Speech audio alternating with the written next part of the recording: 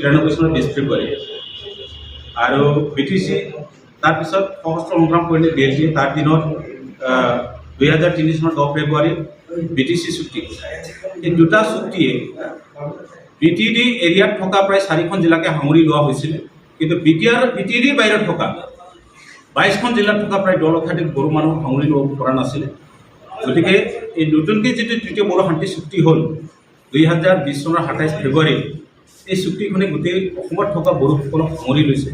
তাৰ কাৰণে তাৰ বিনিময়ত আমি Bodo Kachari welfare performance council for BTD বাহিৰত বড়োসকলৰ ৰাজনৈতিক অধিকাৰ আৰ্থ সামাজিক শৈক্ষিক বিভিন্ন দিশত উন্নয়নৰ কাৰণে আমি তাৰ কাৰণে চৰকাৰক ধন্যবাদ জনাইছোঁ আৰু আজি আমি এই আপোনালোকৰ জৰিয়তে আহ্বান জনাইছোঁ যিটো নতুনকৈ তৃতীয় শান্তি বড়ো চুক্তি হ'ল এই চুক্তিৰ যিমান দফাসমূহ আছে অতি ক্ষীপ্ৰতাৰে কাৰ্যকৰী কৰিবৰ কাৰণে আমি দাবী জনাইছোঁ কাৰণ আমি দেখিছোঁ যে BTRত যিবিলাক চুক্তি হৈছে BTAD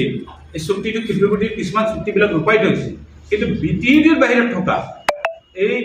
Bodo Kachari welfare performance কাউন্সিলত থকা প্ৰায় 10 লক্ষাধিক বড়ো মানুহৰ যিবিলাক সমস্যা আছে এই সমস্যাসমূহ আজিলৈকে তাৰমানে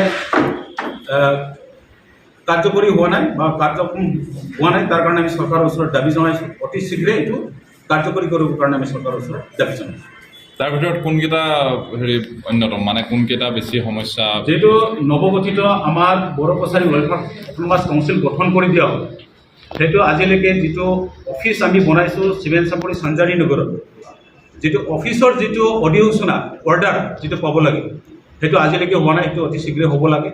আৰু নতুনকৈ যিটো কিবা ছেক্ৰেটাৰী এটা হ'ব লাগে তাত কাউন্সিলত তাৰ কাৰণে এই অফিচ নিৰ্মাণৰ কাৰণে সচিবালয় নিৰ্মাণৰ কাৰণে এটা শকত পুঁজি এটা আমাক দিব লাগে সেইটো আমি দাবী জনাইছোঁ লগতে যিবিলাক ভেঞ্চাৰ স্কুল আছে অতি শীঘ্ৰে তাৰমানে চৰকাৰীকৰণ কৰিব লাগে তাৰ বাদেও অন্যান্য যিবিলাক সমস্যা আছে যেনিবা 2006 চনৰ বন আইন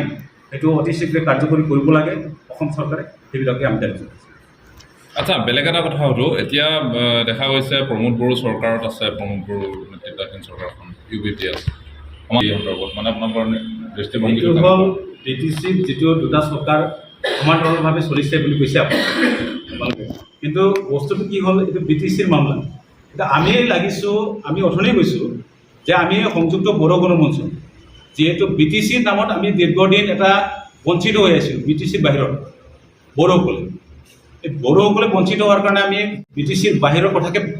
প্ৰায় অগ্ৰাধিকাৰ দি কাম কৰিছোঁ আমি চিন্তা কৰিছোঁ BTCৰ বাহিৰত আমি ষ্টেট একৰ আণ্ডাৰত আমি বিভাজনমুখী নহয় আমি ঐক্য আৰু সংহতিৰ কাৰণে কাম কৰি যোৱা এটা সংগঠন যে অসম চৰকাৰৰ অধীনত ষ্টেট একৰ আণ্ডাৰত যিটো আমাৰ এটা কাউন্সিল দিয়া হয় সেই কাউন্সিলটো অতি শীঘ্ৰে কাৰ্যক্ষম কৰাটো আমি বিচাৰোঁ আৰু যিমান নেকি জাতি জনগোষ্ঠী আছে অসমত সকলোৰ লগত খোজ মিলি পেলাই সকলোৰে সৰ্বাংগীন উন্নয়ন আমি কামনা কৰোঁ ঠিক আছে